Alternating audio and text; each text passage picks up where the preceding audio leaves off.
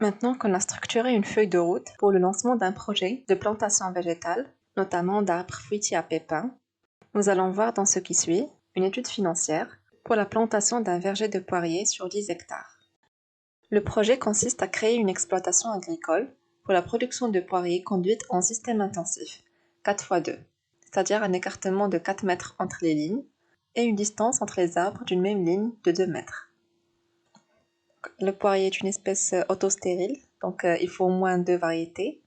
Donc nous allons supposer qu'on va planter 3 variétés avec différentes superficies et une densité égale. Donc on aura 4 hectares de la Arrow Suite avec une densité de 1250 plants par hectare. Même chose pour la Arrow Delicious et la Elliot qui est la variété pollinisatrice. Donc on en plantera 2 hectares avec une densité de 1250 plants. Donc le tout fera 12 500 plants en 10 hectares. Le choix variétal adopté pour ce projet trouve sa justification dans la tolérance de ces variétés aux feux bactériens. Mais bien sûr, c'est selon les préférences de chaque producteur et les spécificités du site de plantation. Donc notre investissement consiste en la plantation de 10 hectares de poiriers avec une conduite technique moderne permettant d'avoir de très bons rendements et une production de haute qualité. Les plantations seront conduites en irrigation localisée et les investissements requis comprennent l'aménagement hydro-agricole qui sera calculé par une étude d'installation du réseau d'irrigation. Les investissements comprennent aussi l'installation de la culture et l'équipement en matériel agricole. Alors voyons maintenant le détail des investissements qu'on devra effectuer initialement. Ce tableau nous liste les différents investissements initiaux avec leur insertion dans les différentes catégories d'investissement. Préparation du sol, plantation, aménagement hydro-agricole et l'équipement en matériel agricole. Par exemple, en termes de préparation du sol, on aura besoin d'un budget de 86 000 dirhams. Ceci inclut un travail profond du sol avec un sous-solage et un cover croppage. Les différentes opérations afférentes à la plantation coûteront 2 444 000 dirhams. L'aménagement hydro-agricole, qui inclut le creusement de forage, une station de pompage, une station de tête, un bassin et un réseau d'irrigation localisé. Donc cet aménagement coûtera 1 040 000 dirhams. Le matériel agricole, dont un tracteur, un atomiseur, le matériel pour la taille et autres petits matériels. Donc cet équipement coûtera environ 312 000 dirhams. Au total, un investissement d'à peu près 3 900 000 dirhams. Maintenant, pour alléger le coût de ces investissements, on peut solliciter une subvention auprès du ministère de l'Agriculture, à travers le Fonds de développement agricole, notamment pour l'acquisition du tracteur, qui est subventionné à un taux de 30% avec un plafond de 72 000 dirhams. D'autres matériels, comme le matériel de travail et d'entretien du sol animé par prise de force, et le matériel d'apport et d'épandage de matières organiques, sont aussi subventionnés à des taux de 30%. Les aménagements hydro-agricoles, à ce niveau-là, les agriculteurs sont bien gâtés, avec des taux de subvention qui vont jusqu'à 80% du coût global pour des projets d'irrigation localisés, à savoir le creusement, le cuvelage de puits et de forage, la fourniture et l'installation des équipements de pompage de l'eau, des stations de tête, etc. Et aussi l'aménagement, des aménagements complémentaires, l'aménagement de bassins de stockage de l'eau, etc. Et enfin, des subventions sur les plantations des arbres fruitiers, avec un taux de subvention de 60% du prix d'acquisition des plants, pour un plafond qui va de 3 500 dirhams à l'hectare, pour l'amandier par exemple, à 17 000 dirhams par hectare, pour poiriers et pommiers. Le traitement de la demande de subvention est une procédure à 2 phases. L'agriculteur ou le postulant est invité à se présenter au guichet unique de la DPA ou de l'ORMVA, dont relève l'exploitation objet de l'investissement. Le guichet unique enregistre le dossier et le transmet au service technique, qui fait une vérification de l'état des lieux avant projet. Et si le dossier est considéré comme éligible, le guichet unique délivre une autorisation ou un accord préalable. Il le délivre à l'agriculteur pour réaliser son projet. Et après réalisation de l'investissement, l'agriculteur revient vers le guichet unique avec l'ensemble des documents de travaux, les factures, etc. Le service technique réalise une vérification du travail en visitant le terrain. Donc, il vérifie la matérialité. Et puis, si le guichet unique accepte le dossier, il donne les ordres de paiement à la banque Crédit Agricole du Maroc. et celle-ci, moyennant le relevé d'identité bancaire de l'agriculteur, elle lui transfère le montant de la subvention. Le chiffre d'affaires est constitué des recettes de la vente de la production totale de poires. Donc, on va multiplier la production totale de poires par le prix de vente. On va supposer que nos arbres vont entrer en production la deuxième année avec une production initiale de 5 tonnes à l'hectare qui va tabler sur 30 tonnes à l'hectare au bout de la 8e année. Le prix de vente du kilogramme de poire est supposé constant et est estimé à 11 dirhams le kilogramme.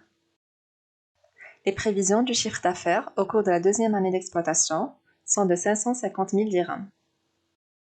La troisième année, le chiffre d'affaires s'accroîtra pour atteindre 990 000 dirhams. Il est estimé à plus de 2 millions de dirhams la cinquième année et 3 300 000 dirhams en année de croisière, c'est-à-dire à partir de la 8e année. Donc, pour revenir aux investissements, il faut savoir qu'ils ont une durée de vie déterminée. Pour le système d'irrigation, la durée de vie est estimée à 10 ans, donc le taux d'amortissement est de 10%. Et pour le matériel agricole et les plantations, leur durée de vie est estimée à 20 ans, donc le taux d'amortissement est de 5%. Donc à partir de là, on pourra calculer les amortissements annuels, qui sont de 241 800 dirhams par an. Maintenant, pour financer ces investissements, nous supposons que nous allons solliciter un emprunt bancaire auprès de l'établissement Crédit Agricole, notamment à travers son programme Al-Mustathmir Al-Qarawi, et plus particulièrement à travers son produit Intelaq Filahi, qui cible les TPE, les porteurs de projets et les petites exploitations agricoles, et dont le chiffre d'affaires ne dépasse pas 10 millions de dirhams. Donc le montant maximal du crédit qui peut être octroyé dans le cadre de ce programme est de 1 200 000 dirhams, au taux d'intérêt de 1,75%, avec une durée maximale de 7 ans. Donc ici, on a le tableau d'amortissement de l'emprunt sur 7 ans. On suppose que l'emprunt sera remboursé par annuité constante durant 7 ans. Donc au bout du compte, on aura payé des intérêts sur le capital restant dû, estimé à 84 millions de dirhams. Donc vous voyez ici que la part de l'intérêt diminue à chaque échéance. En revanche, la part des amortissements augmente à chaque échéance. Donc en cas de recours à cet emprunt bancaire, on devra comptabiliser les charges financières et sommer l'amortissement du capital emprunté avec les autres dotations aux amortissements. Maintenant, pour les charges prévisionnelles, ce tableau récapitule l'ensemble des charges de production pendant 15 ans. Donc on a les charges liées aux engrais qui augmentent au fur et à mesure que nos arbres entrent en production, passant de 25 000 dirhams la première année à plus de 62 000 dirhams à partir de la 6e année. On a aussi les charges liées au fumier, aux produits phytosanitaires, au carburant.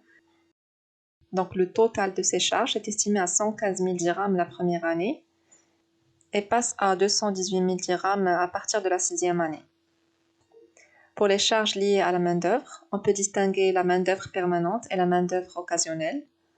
Les charges liées à la main-d'œuvre permanente resteront constantes tout au long de la durée de vie du projet, tandis que les charges de la main-d'œuvre occasionnelle augmenteront au fur et à mesure que les arbres se développent et que la production augmente. Donc maintenant que nous avons le total des charges et le total des produits, on peut calculer le résultat. Donc ici, on a établi le compte d'exploitation prévisionnel. Donc ici, on a calculé le résultat d'exploitation. On a déduit les charges d'exploitation du chiffre d'affaires ou des produits d'exploitation, ce qui nous a donné un résultat négatif au cours de la première année. Puis à partir de la deuxième année d'exploitation, le résultat devient positif, c'est-à-dire qu'à partir de là, le projet pourra dégager des bénéfices. Donc ici, on a également calculé les cash flows et les cash flows actualisés, avec un taux d'actualisation de 6%. Nous allons nous en servir pour le calcul des paramètres de rentabilité. En effet, pour évaluer la rentabilité de notre projet de plantation, il nous faut comparer l'investissement à l'ensemble des cash flows qui vont être générés par le projet. Dans notre analyse de la rentabilité, nous avons opté pour les critères de décision suivants. La VAN, qui est la valeur actuelle nette, elle est égale à la somme des flux de trésorerie moins l'investissement. Elle est largement positive dans notre cas, donc le projet est rentable. Le taux de rentabilité interne, qui est égal à 25% dans notre cas, Il représente le taux pour lequel il y a équivalence entre la somme des cash flows attendus et le montant de l'investissement initial. Le délai de récupération du capital investi. Ce critère indique le temps nécessaire pour que le projet génère autant de trésorerie qu'il en a dépensé. Elle est aussi appelée le payback. Donc plus ce délai est court, mieux c'est. Et pour notre cas, le délai de récupération du capital investi est de 5 ans.